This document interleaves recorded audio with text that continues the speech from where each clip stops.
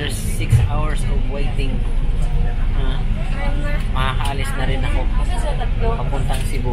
Andun yung bus namin, ayan yung dilaw. Tapos nasa likod niya yung ibang mga sasakyan. Buong araw na yun guys, 35 pesos buong araw na yun. Hanggang I think 8:30. So ngayon,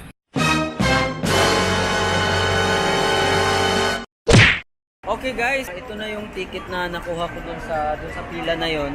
So yung paraan para makapunta ka ng Cebu City from Dumaguete via bus. Departure ko mamaya is 10:30 in the evening.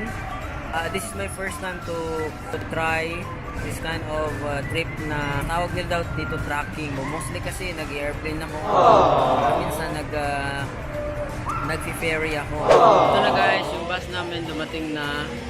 Guys, alis na kami after 6 hours of waiting. Makakaalis na rin ako papuntang Cebu. Nagtanong ako kanina kay kuya kung ano ba ang paraan nito. Anong paraan ba ang ang tracking? Sabi niya, yung yung bus na to ay sasakay sa barge. So hindi na kami bababa para sumakay pa ng barko. Yung bus mismo ay ikakarga na siya sa barge at it-travel siya by sea. At doon na kami bababa doon sa terminal na mismo.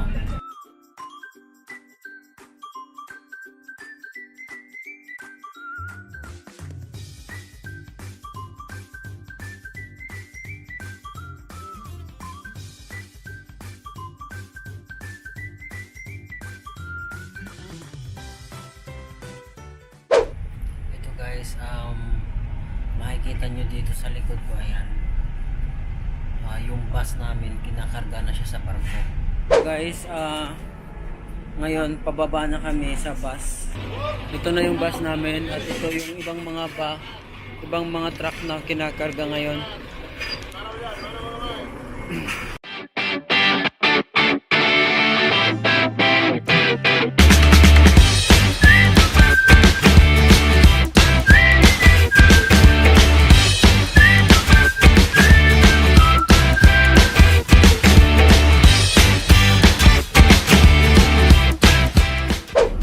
Guys, sa taas kami ngayon nakasakay. So makikita nyo dito sa harap ko, andun yung bus namin, ayan yung dilaw. Tapos nasa likod niya yung ibang mga sasakyan. Maya maya ay alis na kami. So advice ng driver ng bus namin na walang matutulog dun sa bus.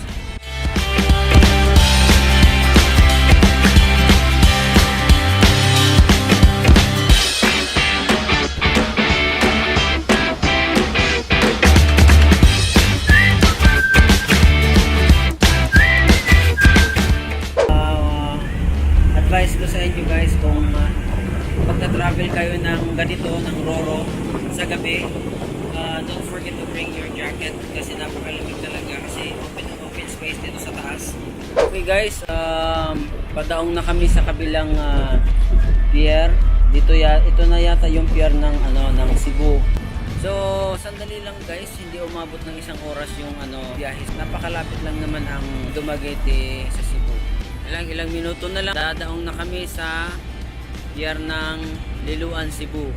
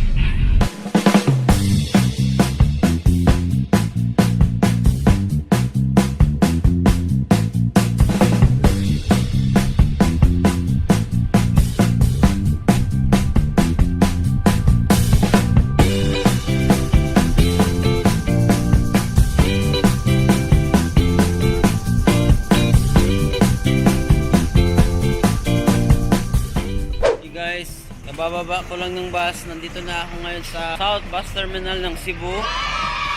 Actually, dalawang bus terminal ng Cebu, ang North tsaka sa South. Okay guys, nandito ako ngayon sa bus puntang SM Cebu.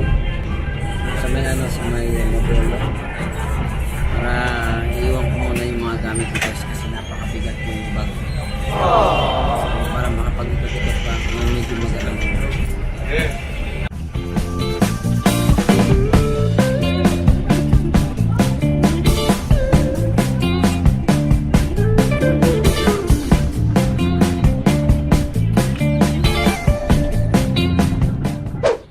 Ngayon, nandito ako ngayon sa SM Cebu at hinahanap ko ngayon yung Travelers Lounge nila. Travelers Lounge, yes. Guys, tip to sa mga nagta-travel, kung marami kayong mabibigat na gamit at ayaw yung dalhin lahat, pwede nyong iwan doon sa Travelers Lounge at iwan mo doon. Mura lang ang bayad guys, nasa ano lang 35 pesos buong araw na yun guys. 35 pesos buong araw na yun, hanggang I think 8:30. So ngayon, ayan, SM Travelers Lounge.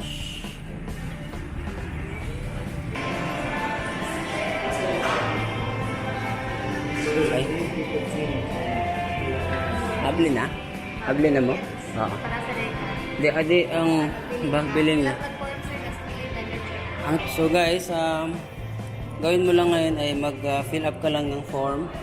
Lang yung number, name, contact number 09. Guys, maganda dito sa Travelers Lounge ng SM kasi maliban dito sa baggage counter nila, mayroon din silang ibang services. Mayroon silang shower rooms, maliban doon sa toilet nila na pwede kang maligo dito. So, hindi mo na kailangan pumunta ng hotel para maligo or something, private place na makaligo ka. So, kailangan mo lang punta ka lang dito sa Travelers Lounge. Alas 6 pa lang ng umaga, bukas na sila. So ngayon, iiwan ko na yung gamit ko, yung backpack ko na masyado mabigat. Travelers Lounge baggage counter. Boss, pwede duha na lang na kabag? Ay, Sara ba? Okay, amo nga director, compartment na, diliman per bag. Okay. Sige. Minimum na mo rin yung compartment ka, may masulog to ka backpack. Di 30 pesos sa diya. So guys, ito na yung baggage number ko na mamaya pag claim ko dun sa item, sa mga bags ko, saka na ako magbayad ng 30 pesos. Ngayon, pwede na ako mag-ikot-ikot kasi magaan na yung dala kong bag. So, I'm very thankful na may SM Travelers Lounge na pwedeng iwan mo yung mga gamit mo. See you sa mga next vlog ko, at kung mayroon kayong nakuhang ideas dito sa video ko na to tungkol dun sa Roro, tsaka sa pagpunta ko dito from Dumaguete to Cebu Pinal, tsaka yung pagpunta ko dito sa Travelers Lounge, don't forget to subscribe our channel, click the subscribe button at isama nyo na rin po ang bell para notify ko kayo sa mga bago kong videos. Okay, so thank you very much for watching. Bye bye.